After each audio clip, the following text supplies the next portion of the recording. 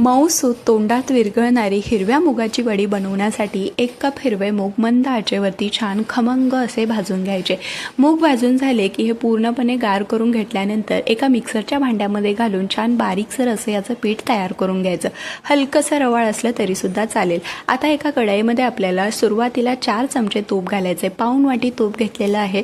यामधलं लागेल तसं तूप घालून पीठ जे आहे ते मंद आचेवरती छान तूप सुटेपर्यंत भाजून घ्यायचं।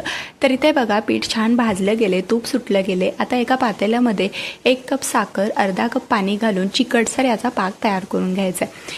एकतारी पाक करण्याची अजिबात गरज नाही। तर इथे पाक तयार झालेला आहे। हे लगेच भाजून घेतलेल्या पिठामध्ये घालून अर्धा चमचा वेलची पूड घालून एकसारखं ढवळत राहायचं जोपर्यंत हे घट्टसर होत नाही तोपर्यंत। तर इथे याची गोळी बनते, याचाच अर्थ मिश्रण तयार झालेलं आहे। तर हे लगेच तूप लावून घेतलेल्या ताटामध्ये घालून व्यवस्थित पसरवून घेऊन वरून आवडीनुसार सुकामेवा घालून थंड झालं की वड्या कट करून घ्यायच्या।